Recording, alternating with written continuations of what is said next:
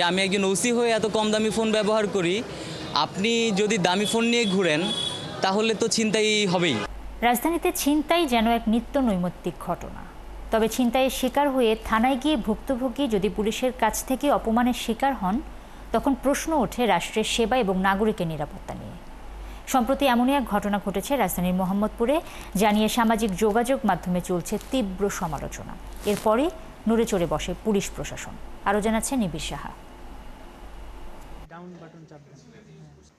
শার্টের বোতামগুলো লাগান, দামি ফোন ব্যবহার করেন, তাহলে তো ছিনতাই হবেই।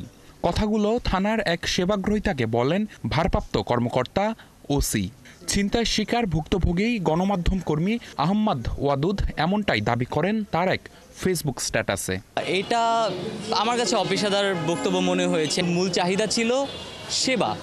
আমি একটা সাধারণ সেবা চাই, আমার সঙ্গে ছিনতাই হয়েছে, হয়তো অভিযোগ নেবে অথবা অভিযান করবে, যেটা সাধারণত হয়, আমি সেটাই চাচ্ছিলাম। স্ট্যাটাসটি মুহূর্তেই ভাইরাল হয়ে যায়, ক্ষোভে ফেটে পড়ে সাধারণ মানুষ।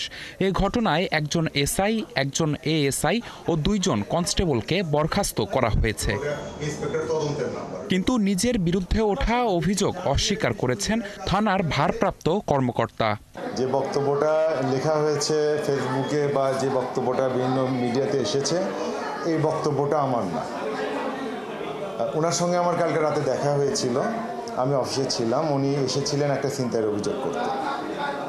তো ওই অভিযোগটা আমার কাছে যখন জানান উনি, ওই এলাকার যে দায়িত্বপ্রাপ্ত অফিসার ছিলেন এসআই আনারুল, আমি তাকে সঙ্গে সঙ্গে তার সঙ্গে যোগাযোগ করিয়ে দিই। এটা একটা সিগনিফিক্যান্ট দৃশ্য। উনি নিজের ফোনটা হাত দিয়ে আমার সামনে দেখিয়ে বলেন যে আমি একজন ওসি হয়ে এত কম দামি ফোন ব্যবহার করি, আপনি যদি দামি ফোন নিয়ে ঘুরেন তাহলে তো ছিনতাই হবেই। মোহাম্মদপুরের এই ঘটনায় জড়িত সন্দেহে 3 জনকে গ্রেফতার করেছে পুলিশ। উদ্ধার করা হয়েছে ছিনতাই হওয়া মুঠোফোনটিও।